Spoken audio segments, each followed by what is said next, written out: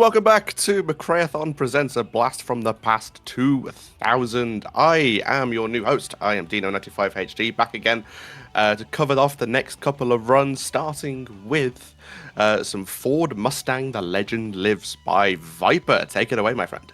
Thank you very much, Dean. So this is Ford Mustang Legend Lives. I believe this came out in 2005, so about halfway through the 2000s. It's a bit late in terms of video games, but this was part of the Ford Racing series of games, and originally it was just called Ford Mustang, but The Legend Lives, I think that might have been an EU title. But anyway, so we're going to do the career mode today. This is plain simple. We're going to do amateur. And all I've got to do is pick any car, so there is a multitude of Mustangs here. We can go through them all. I'm not going to go through absolutely every single one. You can see here that it ranges through into the 90s, early 2000s. You may recognise the Mustang Cobra R.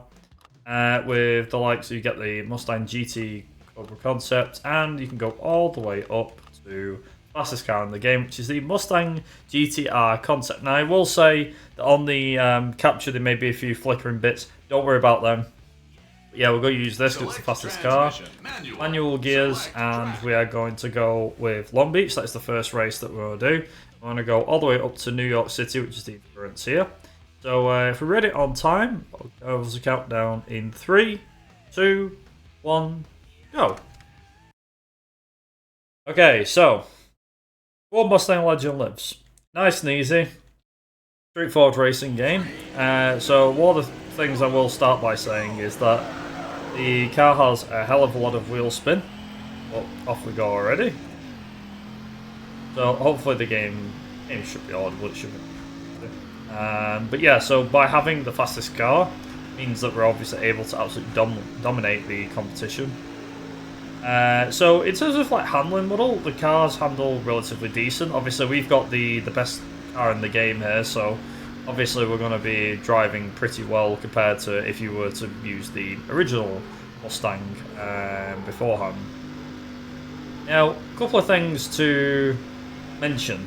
The Mustang GTR concept was, well, it was just that. This was the Mustang GT before it was made into a fully fledged production model.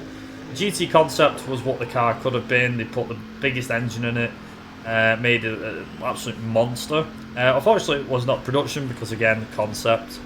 But this car is not seen in too many racing games. For me, the most notable ones before I'd seen it in Ford Mustang Legend Lives was the fact that it used to be in Test Drive Unlimited. In the first Test Drive Unlimited. Now, it could have been used in other games, I don't know. But for me, most notably, this was used in, like I said, Test Drive Unlimited.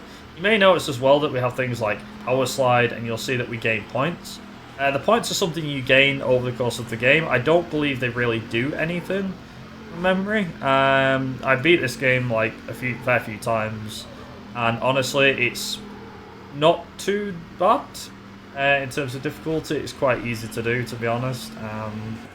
That done and dusted. You can see we've got some style points, and we've got a massive amount. One of the main things here is the fact that it says, do you want to watch the replay? You just say no, and then we go leave there. We're going to go to the next race. So when we move on to the next one, which is San Francisco. Now, San Francisco is actually an interesting one because where the race starts, and you'll see in a second, we start on the Golden Gate Bridge. Here's the fun thing though, this part of the track isn't actually used for anything other than an introduction to the track. So essentially think of like this being the entrance to a track rather than part of the circuit. You can see here that we're going down the road here and we're going to make this right turn, hopefully. And now we're on the racetrack. So it has like a stretch before you have the actual circuit itself.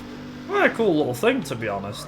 I don't really know many racing games that have that, where it's like before you get to the racetrack you have a race to get to the racetrack.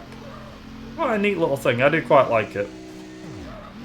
So the other thing is, as well as you see in there, is that if I hit any sort of if if I hit any of the walls, I lose points whilst I'm gaining points. So right now, see here, that I'm going to be gaining a fair few points during this race. Like I said, you don't mean too much. You won't need them to unlock any of the cars. Now, there are other things as well. So obviously, we're going to do the career mode. More specifically, we're doing the amateur difficulty here. But if you wanted to unlock absolutely everything, unlock all of the cars, then the main things that you have to do in the game involve beating the career mode and amateur and professional. There's also a time attack mode, a slalom mode, I suppose like a cone challenge mode of some kind. I don't quite remember what it was. Well, there's a few different like game modes and a few different ones where you're actually able to do the categories for them. So like 100% for this game involves beating all of the career modes, both amateur and professional, plus all the time attacks, amateur and professional, slalom, again, amateur and professional. I think that's it. There might be something else, but yeah, the entire game, like from start to finish, takes like 3 hours, even that. To be honest, I was surprised at how quick it was before I ended up getting like all the cars and stuff like that. So realistically speaking, to unlock it's like 100% for this game is to unlock all the cars more than anything else. I believe there's 38 cars in the game. Again, all Mustangs, and they're all from different time periods of the Mustang itself. I do believe as well that this is aside from maybe like the later Forzas and stuff like that, this is obviously for obvious reasons, has the most amount of Ford Mustangs in a car racing game. Which is pretty cool if you ask me. I mean, it makes complete sense as to why, but yeah, there you go, the more you know. So whilst we're going through all these races as well, we do also have endurance races. Now, there are a few of these. I'm not going to lie to you, there are a couple of them. And the endurance races are 5 laps instead of 3. So we'll be trying to make sure we beat them as quick as possible. Like I said, in terms of category, this is the shortest category. Well, not the shortest category, but the career mode is quite a short category if you use the fastest car. Now, up until recently, the Ford Racing Series has been, well, say up until recently, the Ford Racing Series in general, Ford Racing games, have been a bit of a weird, like, I suppose you could call it, game series. They're not iconic, so to speak, but they are, for a 2000s game series, they were quite predominant in the 2000s. So they started with Ford Racing, and they went through Ford Racing 2, Ford Racing 3, Ford Mustang Legend Lives. We also had Ford Street Racing, which was known as Ford Bold Move Street Racing. It was the crossover between Ford and Land Rover, which culminated in Ford Off-Road, which was quite interesting. And yeah, we haven't really seen too much. There was like Ford Truck Mania, I think, was another one. Just to kind of mention them. And honestly, like, yeah, the Ford series is interesting because there is so many different Ford games. Here's the thing. Ford goes back further than the 2000s. So much so, the series goes back into the 1980s. And the reason why I say, like, it goes that far back, so, like, the Ford racing games go back into, they started in, like, late 90s, early 2000s. But if you were to play a Ford racing game, then you could absolutely do so in the 1980s. So they had stuff like Ford Simulator. I think there was about 8 or 9 of them altogether, but there was a fair few. Yeah, over time, obviously, the Ford brand is quite iconic. It has been iconic since the 1950s. Even earlier than that, to be honest, with like the Ford Model T, of course. But here's the fun one. So, Ford has quite a few different racing games under the Ford racing title, Ford Simulator, whatever. Chevrolet, aka the company that made the Corvette, only had one or two games made, which was symbolising the Corvette. They had a game called Corvette. They also had one called Corvette Evolution. Now, Corvette Evolution is an interesting game. It involves a lot of different cars, mainly not Corvettes. Very odd. Very, very odd. But yeah, the more you know, I guess. A few other car manufacturers have tried doing it. Lotus has tried entering the game, so they've done. They did Lotus Challenge. There was Noble Racing, where the Noble brand tried its hand. Mercedes-Benz have done truck racing. It's how manufacturers have had a crack at the racing game scene, and it's interesting to see which ones have come out on top. And whilst the Ford Racing series hasn't done that well compared to like other main racing games, you know, your Trackmanias, your Need for Speeds, whatever. It's interesting that this is the manufacturer that has stuck around the most, has had the most success, and also has produced, in my opinion, some pretty decent games that have gone under the radar.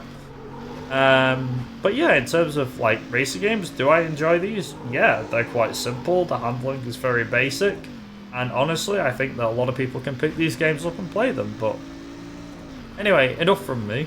Dean, what's the latest on the charity and donation side? Well, I would like to take a moment to just remind people that we do have an incentive going at the moment for the next run coming up, which is the Sonic and Sega All-Stars run.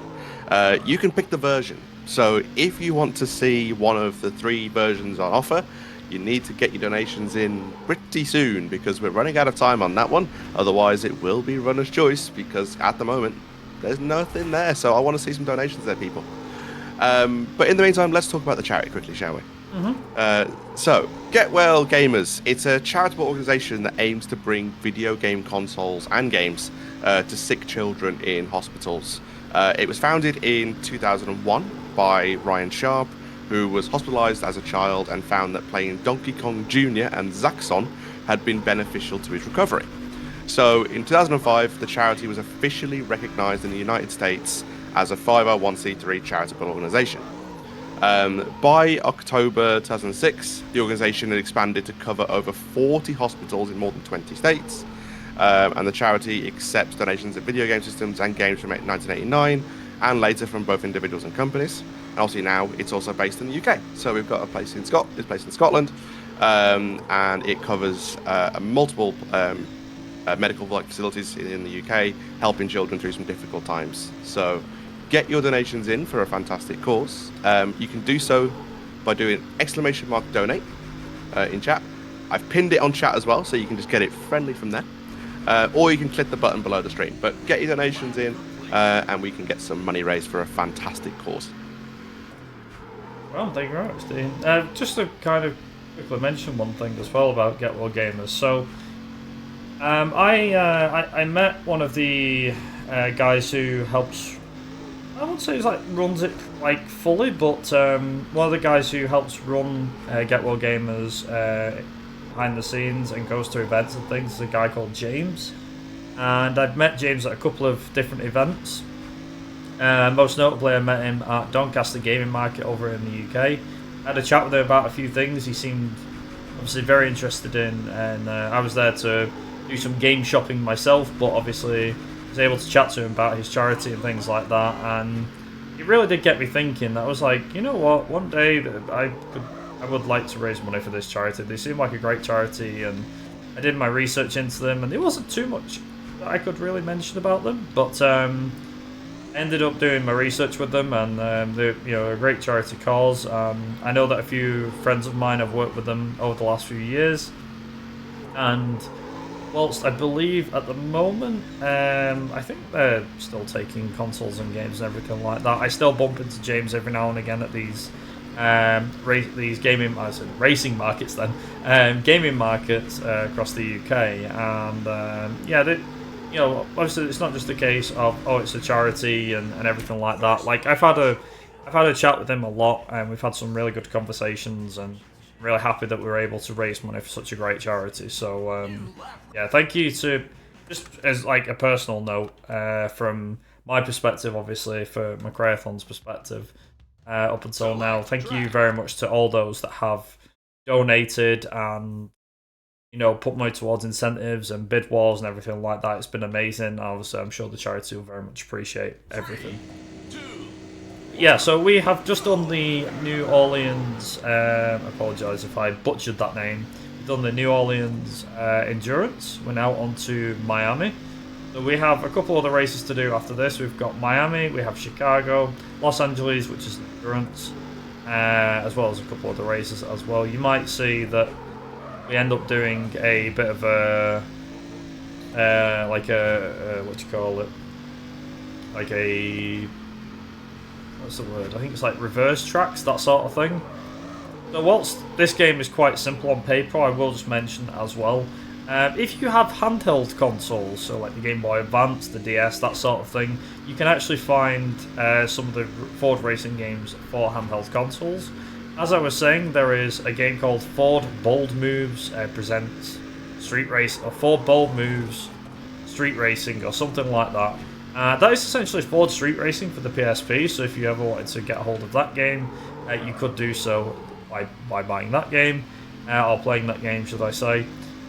Ford Racing 3 was available on Game Boy Advance. I think there was a DS version, I can't remember off the top of my head, which for a GBA game is decent. I mean, to be honest, it's a bit hard for me to talk about, like, given that I grew up primarily with like the PS1 and the PS2 and everything like that.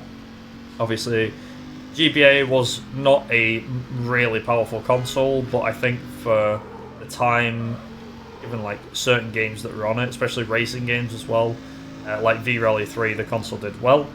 But yeah, you can get hold of Ford Racing 3 for the GBA, as well as a bunch of other games as well. Like I said, in terms of this game in particular, how did I come about it? How did I find out about it? Honestly, like, truth be told, it was a case of a couple of years ago. I was browsing through SRC. At the time, I'd run Ford Racing 2001, Ford Racing 2, and Ford Racing 3. I was running the Ford Racing series. And they even went as far as running Ford Off-Road, or whatever it is, the Ford Racing Off-Road game. And this game showed up, and I was like, oh, that's interesting. It's on PS2 and it's on Xbox. To which point I was like, okay, so how much is the Xbox version? So I had a look on eBay. I think I picked it up for like a couple of quid. And I ended up picking this game up, and I was like, for a few quid, where's the harm? You know, I was like, well, hang on, does it work on my 360? So I'm playing this backwards compatible with my Xbox 360 because I don't have an original Xbox. I know, don't kill me. I should have got an original Xbox, but it doesn't matter. It still works just as well. It's fine. And honestly, like, the game runs fairly smooth. There are like a few snags here and there, but honestly, I really don't mind that. That's completely fine by me. But yeah, all good fun. Anyway. Moving through everything though, got Chicago up next. Chicago is actually one of my favourites, and funnily enough, so Chicago has, in my opinion, it's one of my favourite tracks, and it also reminds me of, now, it's going to sound a bit stupid, and I apologise. So obviously, Need for Speed the Run, you drive through Chicago. I believe it's in stage 5 or 6 or something, where you go into Chicago and immediately you have to get the hell out of there. And honestly, like, Chicago in this game looks really good. I mean, it doesn't look like 10 out of 10, but obviously when you compare it, like, Chicago's not used in too many games. Racing game wise, obviously it was used in Driver 2. So you had, You had Driver 2. Which had Chicago as its first main city, its first place you visit in the game. Obviously, Need for Speed the Run, of course, had Chicago in it, and in this game too. So it has, I mean, for me personally, Chicago's a nice race to do, because I think for me, it's more about, this is going to sound a bit silly, really, but for me, it's more about the graphics than anything else. Someone's pointed out in the chat as well, yes, Grid had Chicago tracks. I think it's Grid 2 that had Chicago. I think it doesn't get used too often in racing games. That's the thing. I think Chicago is one of them cities that's often overlooked. I mean, maybe that's just me, I don't know, but it's, I don't know, it's one of them cities that I do think gets overlooked. I do think that, I know it got used in Watch Dogs, it was the primary city, but still, like, it's not that bad of a city. For racing, anyway, I think it's pretty good for racing. Maybe not for other things, but racing definitely, it definitely works as a racing city, in my opinion. So apart from the several bounces I'm doing and everything like that, we do, like I said, we are still scoring points, that's all good. I just have to be careful. So the AI does spawn, the traffic obviously spawns in random places, so I want to make sure I don't catch them at a bad moment. That can happen. The car does also have some weird steering sometimes. Like, I don't know why, but it does seem very odd steering wise. It's a bit of a strange one. But yeah, with that being said, that is Chicago done and dusted. There you go. So now we've got Los Angeles after this. So it should be all good.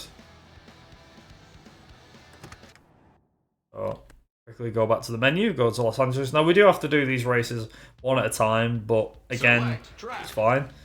So we're going to do Los Angeles now. This is going to be our another endurance. This is our second endurance race. So we've got 5 laps of this, I believe it is. So Dean, if you got any time, we've got plenty in this race. I think probably about near 5 minutes, so plenty of time.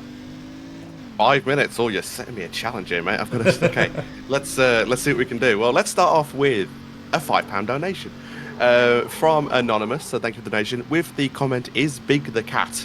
It took me a while to remember who the reference to that. I know Big the cat is actually a character in Sonic. I literally just completely glossed over that he's a character. But yeah, thank you for that donation. Sadly, did not go towards the incentive. So we're still on a sort of deadlock with that. So it's still on 000. So don't forget, if you want to pick the version of the game, I will quickly tell you what those versions are, because it is a Java game that's coming up next with Sonic and Sega All-Stars. So you can choose the 128 kilobyte version, the 1 megabyte version, or the 600 kilobyte version. There are slightly different estimates, because obviously they are slightly different runs. So feel free to get those in, because we want to make Linky do a certain type of run. We don't, or we could give her the choice. It's up to you guys. If you don't donate, it goes to runner's choice. So let's get some donations in for that, and let's get that in. We'd also like to take a quick moment again just to thank NSG for their continued support. They've always been very good supporters of McRaeathon, even helping us with the layouts and everything on here as well, which is absolutely awesome. And we appreciate it absolutely immensely. They do have an event coming up next year as well. We have the good old NSG Spring. Just finding the dates for you guys, because apparently I can't navigate through my guide. Here we go. NSG Spring 2026 is running from April 24th to April 26th, 2026. So feel free to check that out. You can get all the updates on that on the Angus page. Angus? Oh, Angus. If you also want to get updates on when our marathons go live and when your favorite runs are coming up, then you can follow us over on Blue Sky. We have at McRaeathon.bluesky.social. You can also join the Discord server and check out the YouTube channel to see any previous runs from previous events as well. So plenty of racing content to go around, and plenty for you to enjoy, or just stick around here and watch some Ford Mustang with Viper. Very much. Well, there's not too much going on right now. I'm just dominating out front. But in terms of events, like I said, endurance is probably the longest of the bunch, with them being at 5 laps each.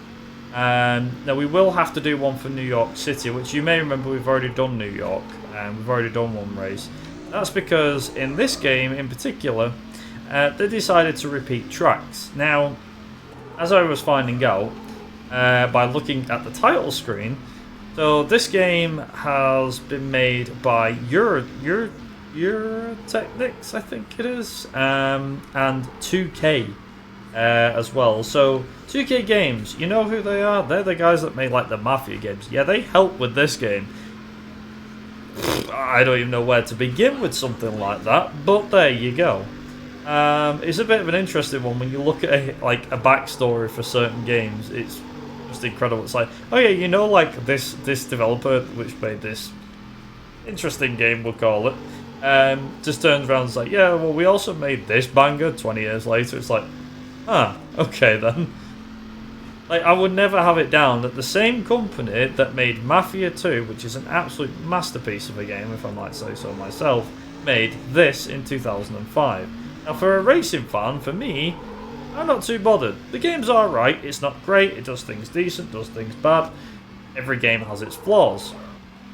But if you was to tell me that the same company, like I said, the same company that made the game Mafia and all that lot, came around and was like, yep, we made this game, and we made this masterpiece you absolutely loved in 2009, I'd be like, no, there's no way it's the same group of people. There's no way it's the same company. It's like, yeah, you better believe it. You better believe it's the same company. Insane. So, with that being said, we have got one final lap here. Nice and easy. And, yeah, do some go grinding, why not? The thing is, they do have sparks and stuff like that, so we do have obviously like your typical effects and things like that for games such as this one. To be completely honest with you, like I said, anyone could probably get into this game and anyone could probably run it. Now, in terms of emulation, we'll just kind of mention that. Technically speaking, this is being played on emulation, isn't it? There's backwards compatibility and all that stuff. I believe emulators aren't on the board yet for this, but I don't see why they wouldn't be. And you know, given that I think it's Zemu, which is the Xbox emulator, things have developed quite a fair bit in the last year or two, or last couple of years even. No longer is it that shabby emulator that nobody wanted to use anymore. So yeah, there you go. And like I said, we absolutely dominate with that one. So yeah, we won that by a country mile. So now what we're going to do is we've got another race. This time it's at Long Beach. So it's Long Beach 2. We've got New Orleans as well. So Long Beach now is a bit of a different track. It's a different variation. So what's going to happen here is we've got the same start line as we had before. However, instead of us going in the layout that we had the first time round, we've got an alternate route. So this should be very interesting, and it's a figure of 8 circuit. I do have to be careful a little bit here, because if I hit the walls a bit too much, the AI can catch up. I mean, we're in the fastest car, so it shouldn't be an issue, but there are a few corners that are easy to just throw your car off and be like, ugh. You know, make your car wiggle a fair bit. So I do have to be careful. Also worth noting as well, what's really bizarre for me at least, so racing games that have odd button configurations, this has definitely got to be one of them. I know that Forza Motorsport 2, I think, or the early Forzas had weird buttons for the gear up, gear down, I think it was. This one has a weird one. So you can choose the configuration, but by default I'm using the configuration for this so I can use the triggers. So I'm currently racing with obviously R to accelerate, L to brake, analog for steering of course. But my gear up and gear down button is, gear up is Y and gear down is X. Now I'm used to having A is to gear up and X is to gear down, but Y? Yeah, it's a weird one, I don't know. Yeah, you go figure with that one, is what I'll say. Like I said, you are able to change certain bits of the... you are able to change the control layout, but it's like a case of, here's 3 options, you've got to pick one of them, sort of thing. Which kind of sucks, to be honest, but again, what can you do? There's not a lot you can do, to be honest. Yeah, certain games... I do wish a lot of games had better, button configs for driving, but... like I said, you can't... there's not a lot you can do. I mean, as if they're gonna go, oh sorry, yeah, we hear you, Viper, 20 years down the line. We're gonna go back and we're gonna do a re-release of this game. And we're gonna make sure that we do this right and that right. Of course they're not gonna do that. They're not gonna listen to a streamer, are they, from years down the line? I mean, that's just silly. That's just daft. isn't it? Anyway, go back to New Orleans, and we've got San Francisco once again. And finally, we have the New York City Endurance. So we have 3 races to go. We've not got too long left. I believe I'm not doing great against my PV, but this is fine. It'll only make it worse despite me. I like your thinking, Daniel Conflict. I like your thinking. So now on this track, we've got 3 laps to do instead of 5, so this should be nice. Easy. Yeah, like I said, I think in terms of the track layouts and everything, the track layouts are very simplistic, they're very basic, there's not too much to them, there's not a lot you can really do. But honestly, like, genuinely speaking, that's probably not a bad thing. I'll kind of leave the question in people's hands, but for me, if a game's easy to master, or easy to handle, then does it mean that it'll attract more runners in the game, do you think? Because for me, I do believe that like the handling for this game isn't too bad and it's not difficult to master. And mastering it should be relatively easy. Would it bring in more runners? I don't know. The Ford Racing Series is actually quite it's a bit of a miscellaneous category, I guess. A miscellaneous series, should I say. But, then again, like I said, it's a game series that exists, and more people can get to it. We even have a Discord server as well, the Ford Racing Series, which I should probably just quickly mention. That was a really bad corner, but it's fine. We're still miles out in the lead anyway. But yeah, if you are interested, we do have a Ford Racing Discord server where you can join in with the conversations, you can suggest. If you want any, obviously talk about rule changes and see if there's any mods available, that sort of thing. There is a lot of little different bits of speed tech here and there. Well, most of it does just involve driving well. Something I'm not doing too well during this run. But in terms of like everything else though, like I said, it's fairly simplistic in what it tries to do. Fairly basic, it's fairly straightforward. Also, with that being said, we're near enough done with New Orleans, so we've only got 2 races to go, which are San Francisco and New York City. So, we cross the line here. There we go.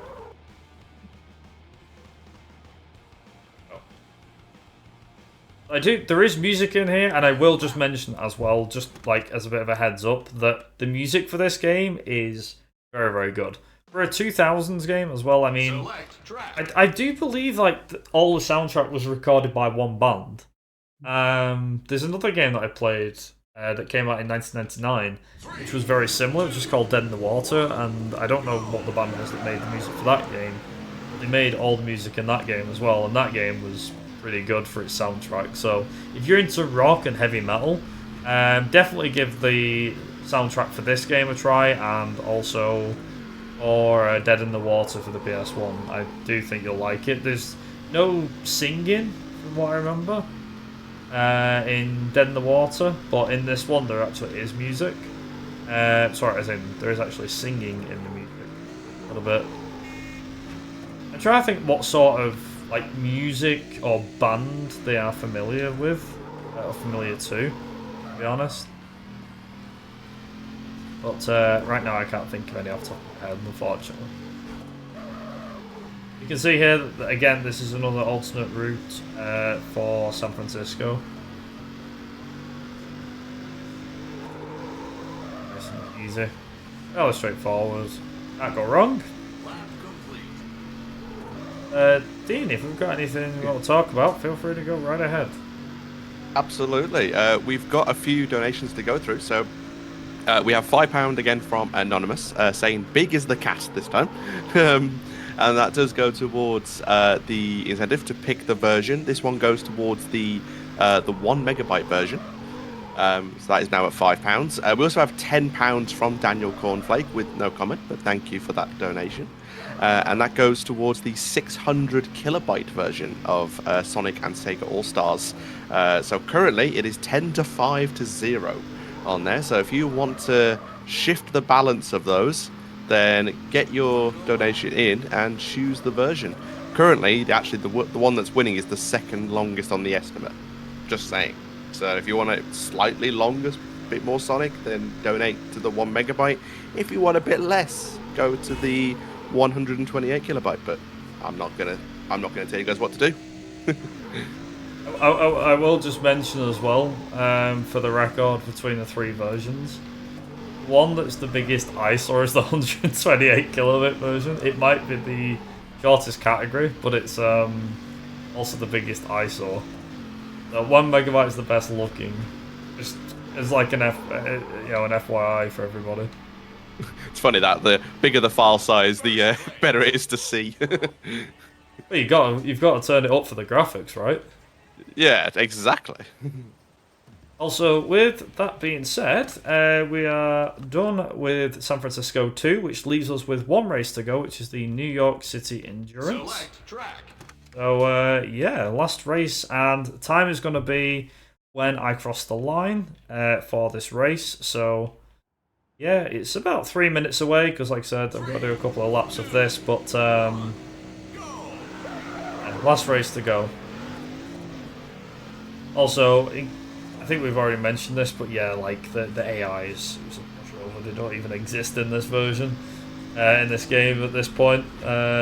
You know about the AI, you just don't see them, so that's quite funny. The funny thing is about this is that this track is very, very short as well, so it might be like a 5-lap endurance, but it's a short 5-lap endurance. As you can see here, we're like just past 30 odd seconds, and we're already coming up to do 1 lap. Like, that's 1 lap done. So laps are a bit less on this, although, then again, I've been spun out. Oh my god, the AI is actually going to be challenging. Wow. I'm actually getting challenged by the AI. That was me opening my big mouth. I deserve that. That's karma. You get points as well for gaining a place, which is interesting. So if you start at the front, like, oh, okay, you've got points for it. Anyway, let's hope that I don't get spun up by another car. I'm hoping I don't. Try that again. Ooh, God. This time there was a car in the way on the. Okay, yeah, I guess the traffic has really got it in for me. They really want to make this finale close, don't they? Clearly. Decided, let's make this close. Introduce a couple of cars, let's throw a few cars at him. See what I mean? They are making this interesting. Damn, okay. Whoa, whoa, whoa, whoa. Yeah, they're making this hard for me. I'm impressed the game's actually putting up a fight. Normally you just blitz away at the front. Obviously today is not my day. One other thing to note, if you're sat behind another car, I don't know if it was obvious by then, but if you're sat behind another car, your speedometer goes yellow to signify that you're in a slipstream, which is quite a nice little thing, to be honest. It's not much, but it's something. I think that's a nice effect. Hopefully, there is no traffic. Is there traffic? I don't know. Doesn't look like traffic's going to get in the way. That's a relief. Oh, I spoke too soon. Okay, if I stay in the yellow lines, nothing can hurt me, right? That's the theory. Okay, there we go. Yeah, we should be good. Okay, so we're on the last lap, so time is going to be coming up when I cross the line, which should be in about 20 seconds. I'll take. I do want to try and get sub 38 on this, that would be decent. For me at least. I don't know how the hell I did sub 37. Like it was by not a lot of time. Really been pushing back then. And time. There we go, and that's it for Ford Mustang The Legend Lives for the career modes, but more specific. But yeah, like I said, there's not too much to it. It is a fairly simple game, fairly straightforward. You can do whatever you need to do with it. In terms of like all the cars though, like I said, you only have a few unlocked at the start, but as you can see, as you go through them, you've got some pretty classic Mustangs in here. So obviously going to the 60s, you may recognise the Mat 1, the 302, the 429. You get the 1970s Mat 1. And you got the 76 Mustang, the 86 Mustang. This was the era of the Mustang where it was ugly. And then we get into the Boss 429 concept, which is insane. These cars, this is where the 90s came into it as well. You can tell they're getting more modern. So you had the FR 500, the SVT Mustang Cobra R, which was quite popular in Gran Turismo 3, I think. There was a V10 concept, GT concept from 2003. Originally, this car is unlocked from the start, the GT Coupe. You can unlock the other cars as well, as you can see as you go through them. Anniversary edition, GT40th. Then there's the 2005 Mustang Coupe, of course. And then finally, the Mustang GTR concept. But yeah, there's a lot of stuff that you can do in here. You've got the challenge mode, so you've got a time trial and the slalom mode. Arcade. And if you go to arcade, you can do the time attack. There's an eliminator mode, quick race as well, so that's really, really good. So yeah, feel free to do whatever you wish to do. And as you can see, if I go into my options, look at my progress, you can see here, we've got all 40 cars, and you can unlock, if you want to go for a pure 100% completion, there's 22 lap records that you can do. Set a record on every track, fastest lap wins. But yeah, that's about it from my side. I'm going to hand it back over to Dean, so it's all yours, Dean. Thank you very much, and GG on the run as well, Viper. That was very fun to see, and underestimate again. So all the runs coming to underestimate in this event is actually awesome. Right at the end of that run, we also did get another donation. We had £14.44 from our very own Kinsey Kenzie, saying, "How big is the cat?" And that goes to the Sonic and Sega All-Stars version pick home for the 1 megabyte. So that is now in the lead by over £9. It's £19.44 on that one there. So it looks like we're going to be getting the full 1 megabyte version. And yeah, we do bring our total amount to £269. Nice. But let's carry on. So coming up next, we do have that Sonic and Sega All-Stars racing run by Broken Hyperlink. So don't go anywhere, folks. We'll be right back with some Sonic racing.